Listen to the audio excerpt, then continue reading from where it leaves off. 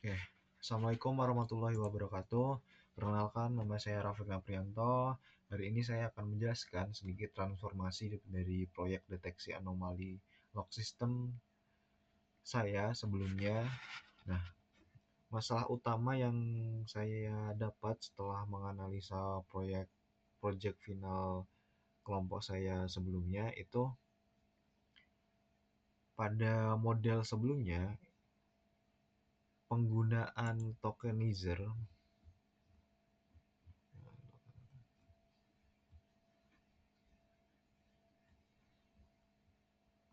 pada ini penggunaan tokenizer konvensional yang menyebabkan adanya vocabulary explosion di dalam modul proyek sebelumnya. Nah, vocabulary explosion itu gimana sih? Itu ketika log HDFS yang mengandung ribuan ID unik seperti blok ID yang dianggap sebagai kosakata baru, sehingga model menghabiskan memori hanya untuk menghafal angka yang tidak akan muncul kembali. Seperti itu.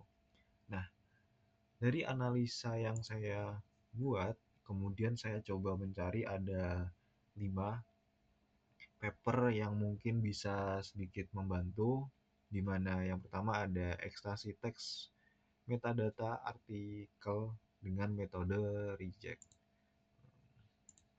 Ini grup apa papernya, kemudian apa sih ide yang bisa diterapkan, yaitu mengadopsi metode pembersihan data cleaning dan ekstraksi berbasis pola regresi regret digunakan untuk mendeteksi variabel dinamis seperti API atau ID unik dan menggantikannya dengan label statis masking agar tokenizer tidak membengkak. Kemudian ada paper yang kedua yaitu penggunaan implementasi dari fast text board embedding untuk menangani masalah out of vocabulary (OOF), di mana FastText memecah teks menjadi n-gram sehingga model tetap dapat memproses pesan log atau ID baru yang tidak ada dalam kamus pelatihan melalui representasi subkata.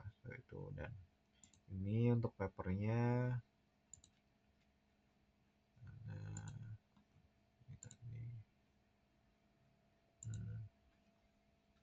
ini papernya. Kemudian yang ketiga itu mengadopsi teknik pembersihan text cleansing untuk menghapus karakter non-alphanumerik, simbol, dan tanda baca yang dianggap sebagai noise.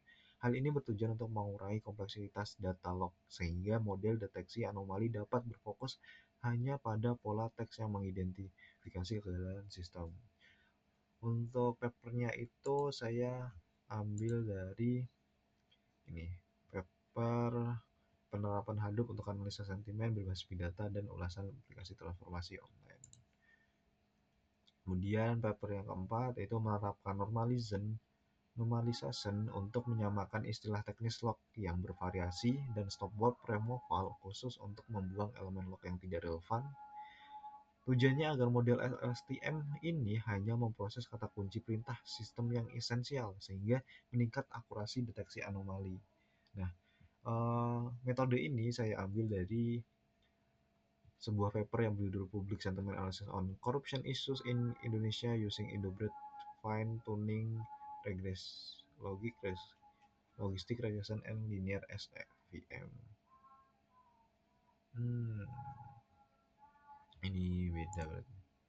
Oh, iya ya. Oke, ada tadi.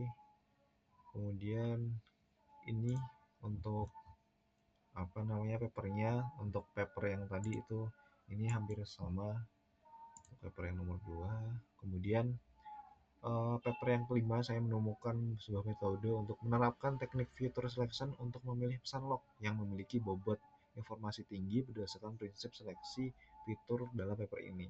Model hanya akan memproses informasi penting dari teks sehingga mengurangi dimensi data dan meningkatkan fokus LSTM pada pola-pola kritis kegagalan sistem. Itu. Nah, ini metode ini saya temukan di paper analisis ekstraksi fitur pada klasifikasi teks menggunakan algoritma Canirus-Magbor. Nah, ini paper dari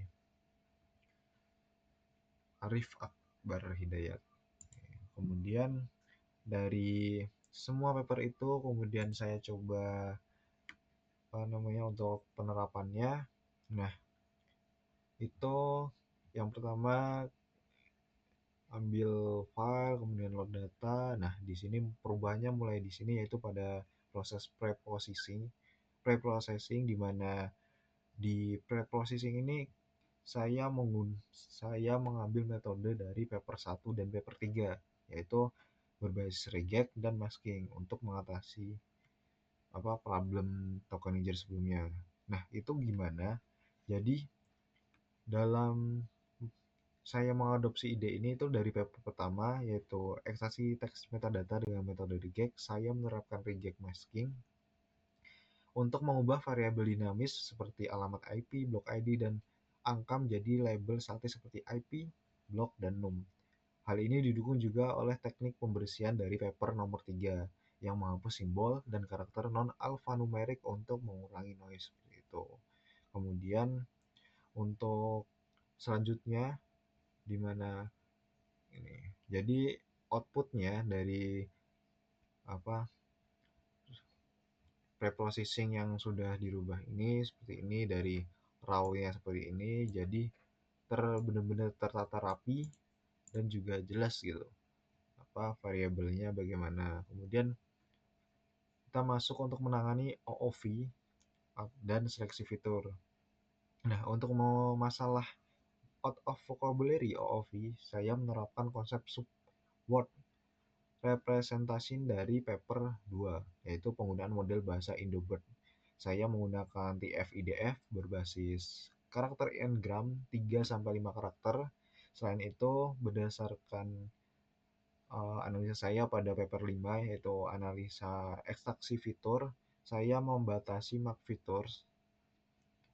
Saya membatasi mark featuresnya untuk memilih pola dengan bobot informasi tertinggi saja, sehingga mengurangi dimensi data secara signifikan.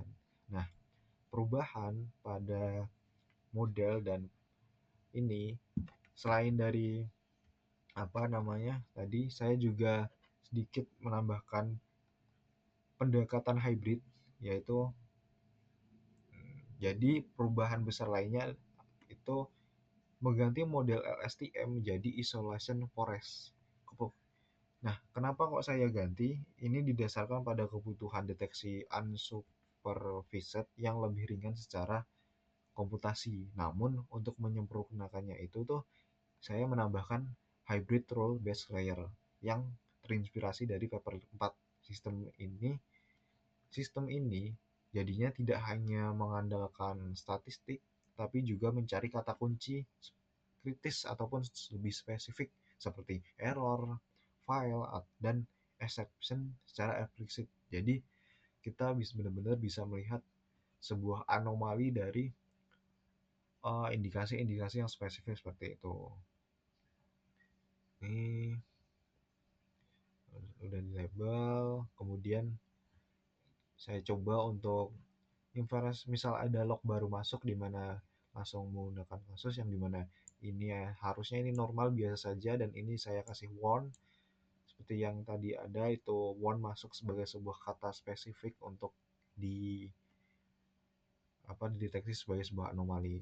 Kemudian kita coba lagi dan ya dari yang sebelumnya untuk data model sebelumnya yang masih membaca seluruh dataset yang ada dari dataset publik itu normal dari 2000 di sini berhasil ya terlabel normalnya hanya ternyata 1842 dan ada anomali 158 dan ketika saya coba baru ini cukup berhasil untuk analisa sebuah anomali baru seperti itu.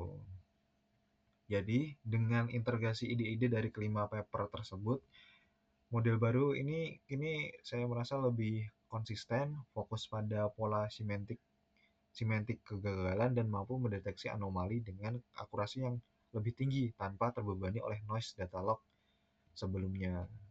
Nah, mungkin itu saja yang bisa saya sampaikan. Terima kasih. Wassalamualaikum warahmatullahi wabarakatuh.